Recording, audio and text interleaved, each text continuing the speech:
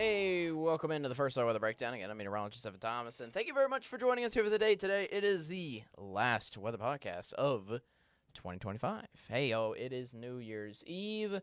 Welcome on in. We have the full forecast lined up for your festivities here for late tonight. This is the only time of year, well, I mean, I guess it's acceptable anytime to give you a forecast for midnight, but nobody goes around asking, hey, what's the forecast for midnight on June the 14th, for example? No, Andrew. The point is, hey, I have Andrew right behind me, yes. We'll have him on later. This is going to be a really cool segment dealing with him for exclusive content here for the day today on the first hour with a breakdown. Maybe a little more tailored to sports than usual, but it still needs to be done. We're going to recap a great Independence Bowl as well here for tomorrow. I'm getting off a little more off on a tangent, but essentially, to go back to my original point, nobody usually asks about the midnight forecast for any specific day of the year. It'd be very intriguing if you did. But essentially, this is the one time a year where I get to give like the overnight forecast. And the other side of we always give you kind of the point is midnight. We will have that forecast here for you late tonight. In addition to that, I'm going over our full list now. We are going over the long-term forecast, the 12-day. We'll bring that up briefly here for you. And maybe see when we could finally get rain in here, because unfortunately we are in a drought, and we could be in more of a drought over the next couple of days too. We'll try to see when we could get our next round of rain that might include a little bit of mixed precip in. We'll see. We'll look at that in a little while. In addition to that, we also have Andrew Wellmann right behind me again. We're going to recap the Independence Bowl. Both when it came to the actual game, both of us were at the game, and when it came to the actual weather as well. We'll recap that as well, because it was a beautiful day yesterday, but a very intriguing weather day as well, even some few aspects of it that I didn't really even expect either. Anyways, we'll get into all that later. Let's get into the forecast here that'll go over the first few days of the new year, including the rest of the day today as well. Here is a live look out into downtown Shreveport, and hey, we've had plenty of abundant days of sunshine and blue skies, and this one is no different for you. Beautiful outlook there into downtown Shreveport and Bossier. The same thing goes for Texarkana. Not a cloud in the sky. I mean, and not only is it no shot of rain that we're getting around here, it's no cloud cover that we're getting around here either, even touching any spots of the Arklatex, to be quite frank with you. Here's our weather headlines. And everything that surrounds our weather headlines is pretty much just warmer temperatures overall. It's the biggest change that we have for you coming up in the days ahead. It starts with us being cool here for New Year's Eve and New Year's Day. Cool, but not cold, but also still not entirely on the warm side of things. What I mean by that is, again, we are warming up temperatures from earlier this week, but we're not really reaching T-shirt and shorts weather until we get into Friday. Essentially, we're taking a little bit of some steps up in the temperatures and eventually getting ourselves into an incredible warm day for early January on Friday here for January the 2nd. Then for the weekend, we cool back on down. We're going to check on the exact numbers here in just a little bit, and that's going to be still in with some continued sunshine around the Arklatex here for you. Temperatures right now off into the 50s. Just so you know, I mean, yesterday we didn't even these temperatures were pretty much the high temperatures of yesterday, and we've already reached that at 10:30 a.m. The point is, we're rapidly increasing the temperatures more into this afternoon. 49 into Texarkana, 54 into Shreveport, 48 in Minden, still some upper 30s into spots of DeQueen. But besides that, most of us, again, are warming up. That's the biggest trend. That's the biggest change that we have for you that we really want to keep you first alert about in the next several days. So here's essentially those warm temperatures filing on into the region here for the day today, tomorrow, and Friday. Overall, next 3 days, we continue to warm things up more and more and more day in and day out. The one exception to that will be for this weekend. A little cold front comes on in, tries to dip down our temperatures a little bit, but overall, on the grand scheme of things, we still maintain warmer than average temperatures here for the next pretty much week in play here for you. All right, so let's get into some numbers about it, because highs today will reach the 60s. Yes, above 60 degrees, 63 into Texarkana, 62 into DeQueen, 63 in for Foreman, 64 in Mount Pleasant, 65 in for Carthage, 64. for center. Highs today across northwest Louisiana, also all around the mid-60s here for the day today. So again, we get to highs around that mark, but let's see how New Year's fares for us. First of all, heading into midnight tonight, temperatures right around the mid to upper 40s. So warmer than the temperatures that we've had of the past 2 to 3 mornings here for you, but still cold overall. You're definitely going to need the sweatshirt out here for late tonight, but I don't think it's heavy coat weather by any means. So essentially, that's going to be the main headline here for you late tonight, as we should maintain clear skies through midnight tonight. That's going to be great and pleasant. We'll have more on that in a little bit.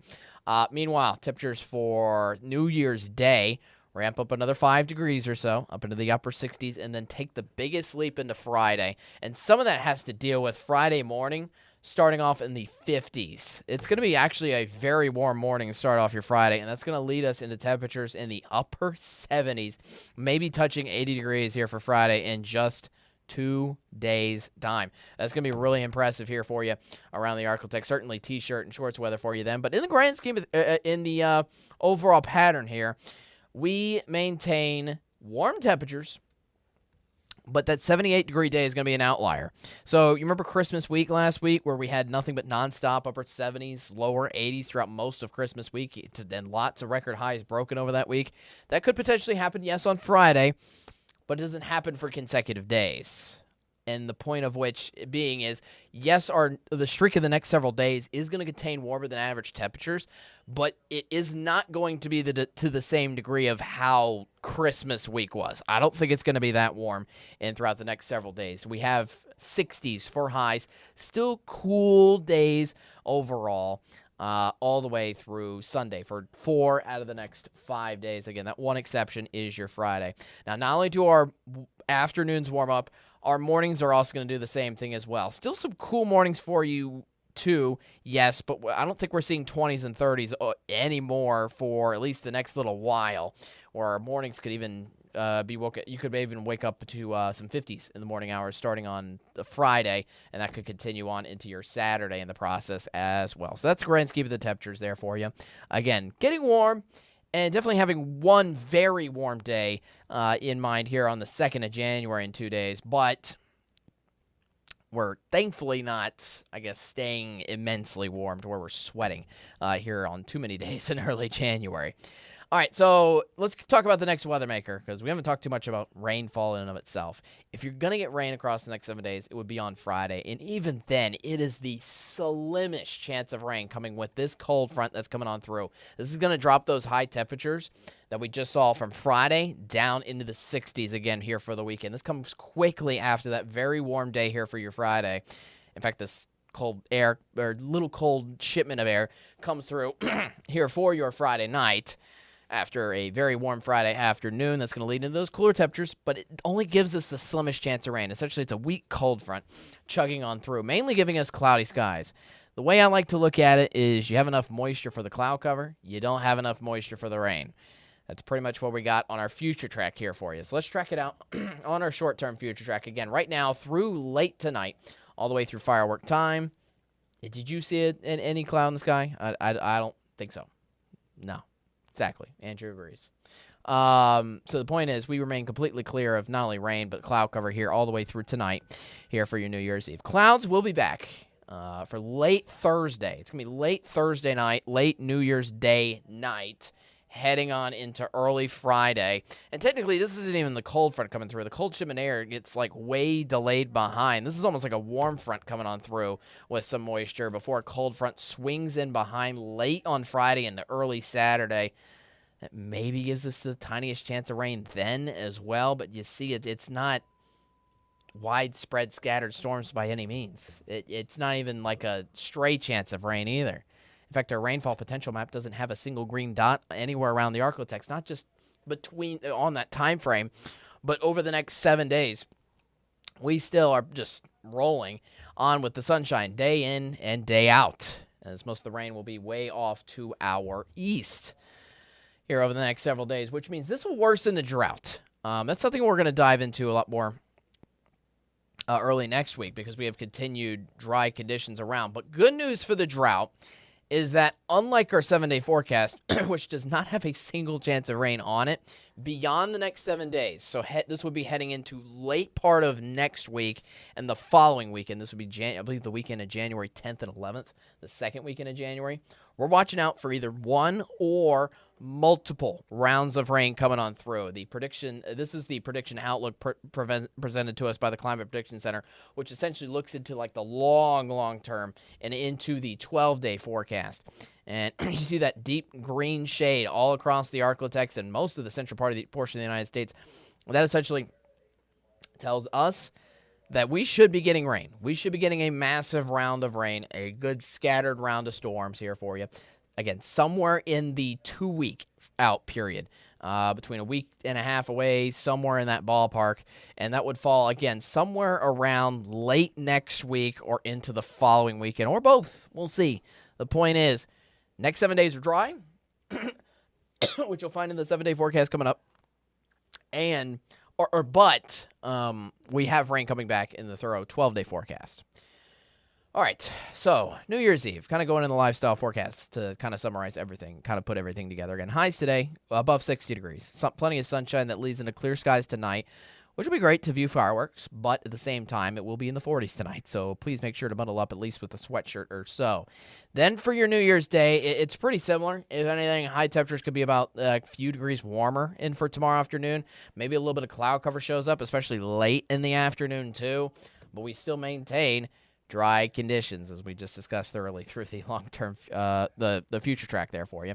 All the way through the weekend, still no rain. It'll be a beautiful weekend out for you. Highs, though, in the 60s. Again, highs are in the 60s 4 out of the next 5 days. It includes New Year's Eve today, New Year's Day tomorrow. The one outlier to that is going to be Friday, where highs are in the 70s, in mid to upper 70s at that too. But it cools back on down for the weekend. Again, here's the thorough 7-day forecast here for you. 64 today, up to 78 for Friday. Back down to the 60s here for the weekend before back up into the lower 70s there for Monday and Tuesday. And again, we have several warmer mornings for you lined up in the 40s and 50s, kind of packed throughout the long term as well after maybe a cold morning still in limbo here for tomorrow. But regardless of what the temperatures do, as they are continuing to go up and down here over the next week or so, we still maintain warmer than average conditions and lots of sunshine. No rain chance, at least through Tuesday of next week. Yeah, kind of wild. We're stuck in limbo and stuck with 70 degrees, even in the first few days on 1 or 2 days, or maybe more for January. The point is, it's starting off incredibly warm here for the first week of January and the first week of 2026. How about it? All right, don't go anywhere. After this, we have our exclusive content, which is going to dive into the Independence Bowl. I know what happened in the past, and most of the weather is looking forward to the future, but we're going to have a good discussion on what the forecast was, how it played in the game, and talk more on the game itself with our own Andrew Wellmann sitting across from me. We will recap all of the bowl game and see how it went and give you some analysis, both in terms, again, sports and weather, coming up after this quick commercial break. Stick around.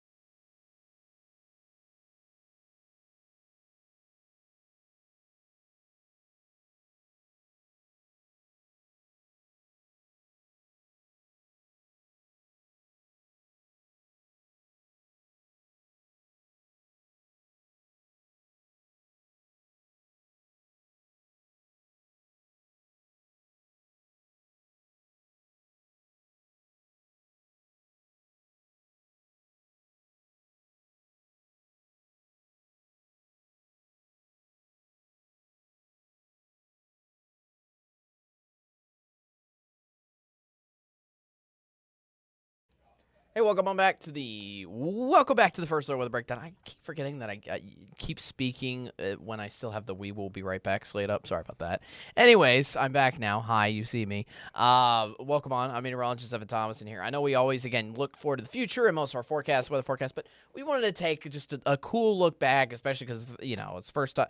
I wouldn't say first time, but this is our annual game, our annual bowl game, especially for college football fans. Weather's important to it. Independence Bowl. We're going to do a quick recap, and what better way to do it than to bring on the man who worked several hours on this yesterday as well. You did. You honestly did, okay? You can't be wrong about that, okay? A long time. You gave us the full rundown of everything, all the highlights, several live shots from the Independence Bowl. Anyways, Andrew Wellmann, KSLA News 12 sports reporter. First of all, how are you feeling today? You just told me you're a little tired, which is honestly understandable. So, with all the stuff leading up to the Independence Bowl, been very busy. Me and Chris Immersion have been working a lot, so a little tired, but it's over. We're gonna put together some stuff to talk about the game, and it's gonna be a good time. Yeah, it's gonna be fantastic there for you. I'm looking forward to the rundown here for this little podcast we have for I guess the next 10 minutes or so. So. I guess just heading into the game itself, what were your expectations like for both teams? And I guess how did that play out into the actual game itself? So I expected Coastal Carolina to come out with a lot of energy, honestly. At the pregame presser the day before, Coach Jeremiah Johnson, this is his first time serving as an interim head coach. He's actually going to be moving on to Kansas State as a defensive backs coach. After the game ended, so now he's going to be there next season. But he said in the presser that this is going to be his only opportunity to be a head coach of a college football team, and he wanted to go 1-0. And you could see that with his team. They came out very energized. I believe they scored on one of their early possessions in that first quarter. Defense was flying around, forcing turnovers, making it really hard for Louisiana Tech to get things going. Tempers were definitely flaring here and there. I believe one player from Louisiana Tech ended up headbutting a Coastal Carolina player. He got taken out of the game. Wasn't kicked out, but I don't think he played the rest of the game from a Tech standpoint. Wow. A lot of players, talking back and forth. It was, and that's going to be a little fun thing in the future. Louisiana Tech's set to move to the Sun Belt, so that could be a future rivalry for years to come. I was thinking about that during the game, too. Because, I just didn't expect them. They move into the Sun Belt Conference next year. Yeah, either next year or in 2027. Most likely it's looking like it's going to be next year. Okay. But, these teams seemed like they didn't like each other. Louisiana Tech got up to a slow start. Coastal Carolina was up 14-3 at the half. Mm-hmm. Louisiana Tech's offense just couldn't get anything going in that first half. I will say shout out to Keegan Kent. He is a Evangel Christian Academy alumni. There you go. Freshman got to score his first ever collegiate points in the Independence Bowl in front of his hometown, so that was pretty cool. And then the punter, of course, pretty much the whole special teams unit for Louisiana Tech was from Shreveport. John Hoyt Chance made a kick. I believe he won MVP of the game as a punter because he averaged over 50 yards per punt. Didn't he also get the long field goal? Yeah, he got a 51-yard field goal at the start of the third quarter. He was sensational. I talked to him earlier this week, and he just said he really wanted to have a really solid performance because he actually last year, this is where he made his college debut, was at the Independence Bowl, so he was able to come back, perform well in front of his family. But the second half of the game was all Louisiana Tech.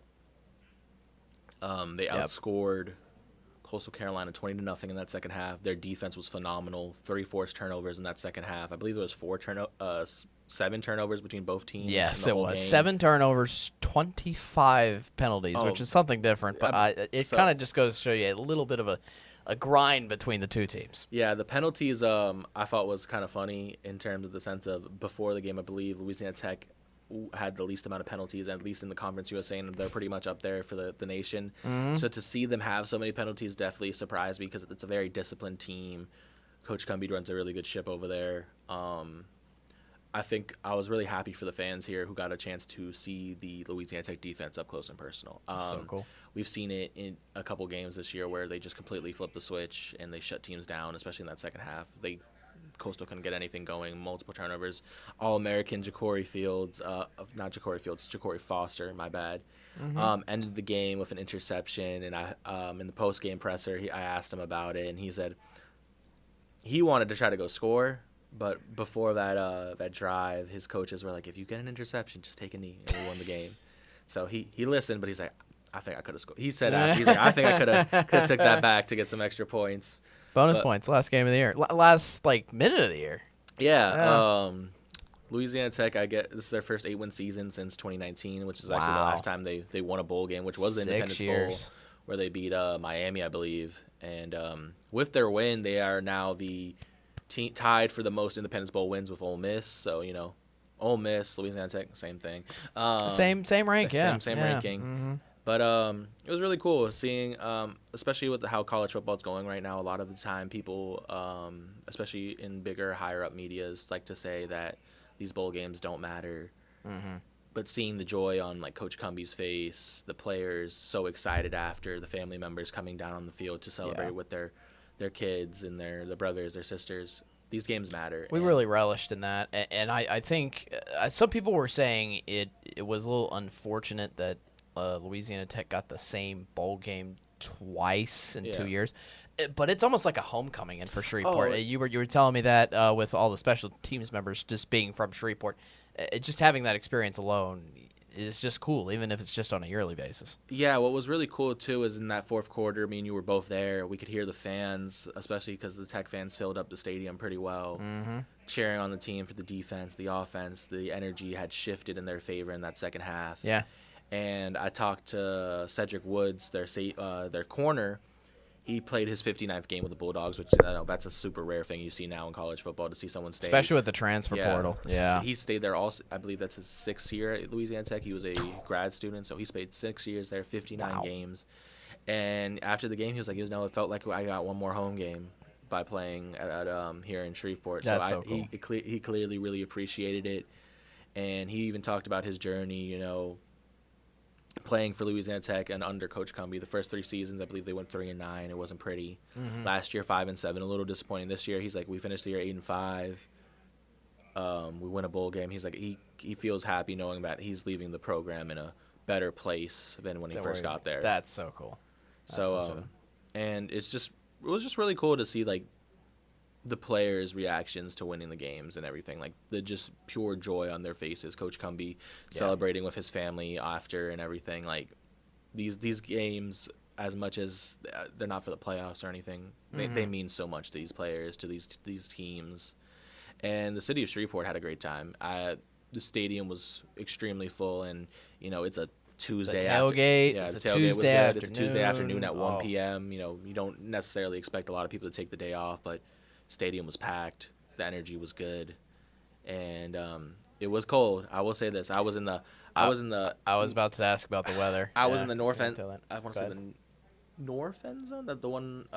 Where describe your surroundings, because the VIP boxes were above me. That's the south end zone. Okay, I was in the south end zone. My bad. Yeah. There was a shadow over it the whole game, and absolutely freezing. And I had to take off my winter coat because they gave us a vest to wear on the sideline. Yeah. Did not fit well over the jacket. It was very uncomfortable. So I was like, I'm just going to take this jacket off. I'll be okay. Because, normally during a football game, we're able to move up and down the sideline. So you're moving enough where even if it's chilly, you're not getting cold. The weather was so intriguing for that game because it was like if you were in the shade, you were freezing. But if you were in the sunlight. Oh, the sun felt hot. The sun felt hot. And if you look really closely, if you saw on the show this morning, for any of you viewers saw the show this morning, but you can even tell a little bit now, maybe through the, I'll let you just see my face only first and foremost. I have a little red on my nose. Oh, no, I felt it towards the end of the game. My nose was starting At first, I thought it was just from my nose being cold from yesterday, especially because it was chilly at the end of the game once the sun actually went down. This is a sunburn. This is a sunburn. I was in the sun most of the game because I was on the north. I was towards the north end of the end zone, that's where I was sitting the whole game long. And as I said, we were in the sunlight probably for 80% of the game until the last few minutes. And I felt the sun beaming on my legs, but I was like, okay, those are covered. I didn't really think about my face at all. But getting sunburned on a 40-degree day, I mean, I get it happens, but just kind of wild. Like when you go skiing, people get sunburned while skiing. I actually took off my sweatshirt for like 20 minutes, though, because I just felt too hot. Even though it was like a 40, 50-degree day, that was how powerful the sunlight was. You were definitely feeling the wind, too. It was cutting through whenever it would blow. I could feel it, and I was shaking me to my bones. One thing that was nice, not a cloud in the sky yesterday. Oh yeah, I that would- made the picture so I'll say amazing. in between the plays, I'd lay down Yeah. because my back was starting to hurt. And I'd look up and then just nothing in the sky, and it was so pretty. And amazing. it was just a unbelievable, Beautiful atmosphere, beautiful yeah, weather for beautiful weather. Like that's perfect. As much as it's chilly for us, that's perfect football Yeah. weather. Like Yeah. that is the quintessential how it should be when you're playing football. it. Last comment I'll make about the weather and about this period before we go. I was talking with our own evening anchor Jeff Horchak, who I was with throughout most of the game, and we both noted the same thing. If this game was at night, it would have been so much more worse and cold. Oh, it would have been horrible. It would have been horrific. Did Would've been you? You freezing. probably didn't even see. I did my weather's live, my weather hits for the morning show yesterday morning live, previewing the Independence Bowl. It was in the 20s and 30s all morning long. I was shivering. I had a beanie on. I had to put a beanie on to cover my ears to make sure that everything there stayed warm. It was cold. And you did a live shot even at the 9 a.m. show. And it was cold. The only thing I didn't have is a beanie, and I did it the other day too when I was on the parade float for the Red Rally, and it was Red Rally. freezing. I couldn't wear a beanie because Rally. I don't have a solid color beanie, and TV rules. We have to That's wear fair. solid color with no logos. All I have is a Pelicans beanie, so unfortunately was not allowed to wear it. So my ears were very cold. Dang.